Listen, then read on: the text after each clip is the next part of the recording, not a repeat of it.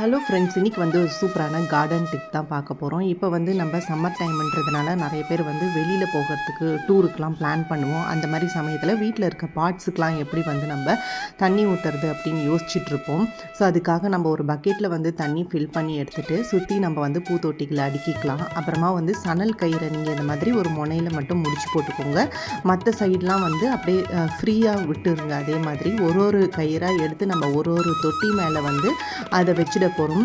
அதுலேருந்து பார்த்திங்கன்னா ட்ரிப்பிங் மெத்தடில் உங்களுக்கு வந்து வாட்டர் வந்து அப்படியே சொட்டு சொட்டாக அந்த சன்னல்லேருந்து வந்து உங்களுக்கு வாட்டர் கண்டென்ட் வந்து வந்துகிட்டே இருக்கும். ஸோ இந்த மாதிரி ட்ரை பண்ணி பாருங்கள். சன்னல் அப்படியே கொஞ்சம் கொஞ்சமாக ஈரமாகி உங்களுக்கு வந்து அந்த தொட்டி மேலே அப்படியே ஈரப்பதம் மெயின்டைன் ஆகிட்டே இருக்கும்.